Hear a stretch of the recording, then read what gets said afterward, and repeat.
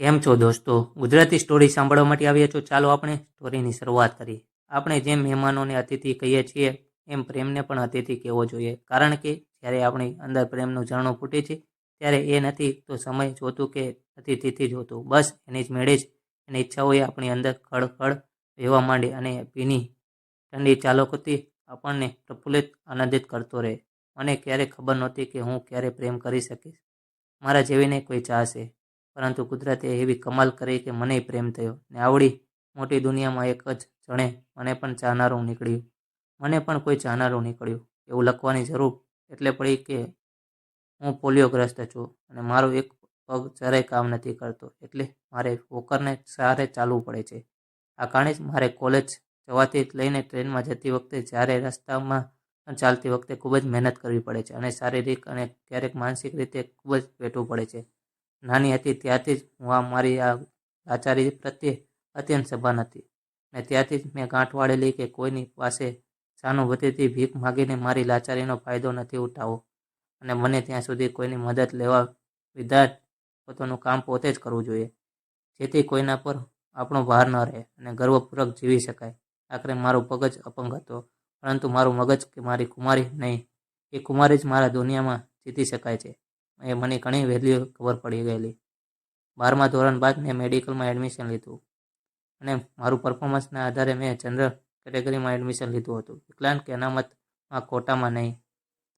ઘરની college 30 kilometre જેટલી દૂર હતી, જ્યાં ટ્રેન દ્વારા અપડાઉન થઈ શકે એમ નહોતું, પરંતુ મેં કર્યું. એટલે મેં હોસ્ટેલમાં નહીં રહેતાના ઘરને લઈને જ અભ્યાસ શરૂ કર્યો, જેમાં મારા માટે રોજ એક જ પડકાર સૌથી મોટો રહેતો હતો.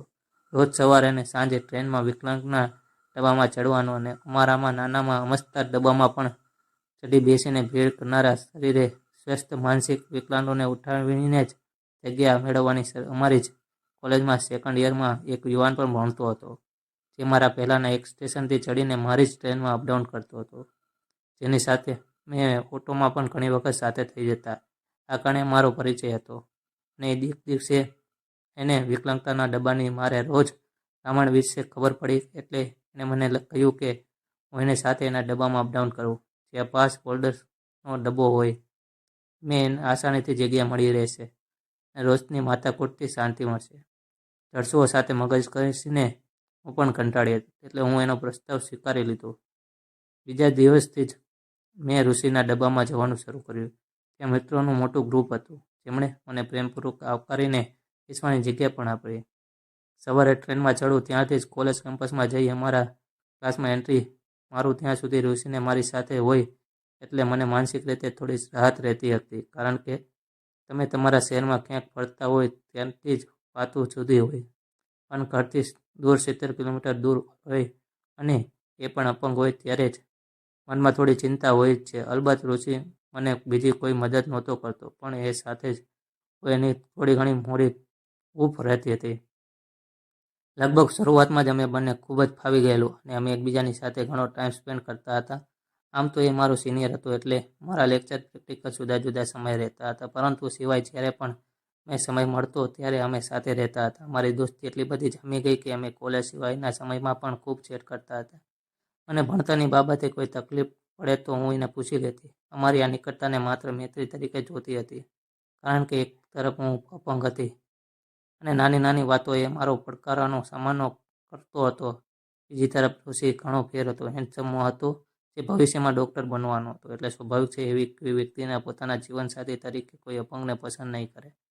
પરંતુ મારા આશ્ચર્ય વચ્ચે એક દિવસ ઋષિએ મને પ્રપોઝ કર્યું અને મને સાંજ સુધી એવું હતું કે ઋષિ મજાક કરે છે, કારણ કે અમારી દોસ્તી એટલી ગાઢ થઈ ગયેલી કે અમે એકબીજાની સાથે ખૂબ ભયંકર મજાક કરતા હતા. પરંતુ પ્રપોઝ કર્યું એ સાંજે પણ મને ફરી મેસેજ કરીને પૂછ્યું મેં એની પ્રપોઝલ એક્સેપ્ટ કરી નહીં. ત્યારે મને ખ્યાલ આવ્યો કે ઋષિ સિરિયસ છે.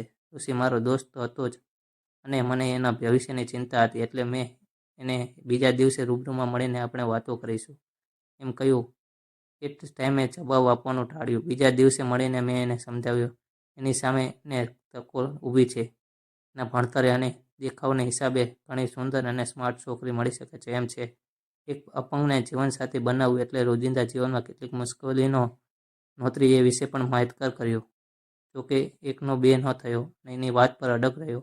મને એવું લાગ્યું કે આ શેણો ક્ષણિક આવેગ છે અને ધીમે ધીમે એ આવેગ ઓસરી જશે. એમ માનીએ તો એના દિવસો સુધી જવાબ આપવાનું ટાળ્યું અને મજાક મજાકમાં કોલેજની બીજી સુંદર છોકરીઓ અને બતાવવાનું શરૂ કર્યું. જોકે દિવસોના મહિના થયા પછી પણ એની સાથેની વાત પર અડગ રહ્યો અને એ સતત મારી કેર કરતો રહ્યો તો મારી આસપાસના રહેતો એટલે આખરે હું ઓળગી ગઈ. મેં એનો પ્રેમનો સ્વીકાર કર્યો. બસ આ રીતે અમે મિત્રોમાંથી પ્રેમી બની ગયા. અમારી લવ સ્ટોરી શરૂ થઈ. આજે અમારા પ્રેમને લગભગ 3 વર્ષ થયા આવ્યા છે. હવે મારું ગ્રેજ્યુએશન પણ પૂરું થયું છે. એનું પોસ્ટ ગ્રેજ્યુએશન શરૂ કર્યું છે અને મારે પણ પોસ્ટ ગ્રેજ્યુએશન કરવું છે. ભવિષ્યમાં અમારું આયોજન છે કે પરણીને અમારે અમારી એક હોસ્પિટલ શરૂ કરવી છે, જેવા દિવ્યાંગોને રાહત દરે સેવા કરવી છે. જે મારા કરિયરના સભ્યો પણ રાજી થયા છે. આવી સ્ટોરી સાંભળવા માટે ચેનલને સબસ્ક્રાઈબ કરજો મિત્રો. ધન્યવાદ.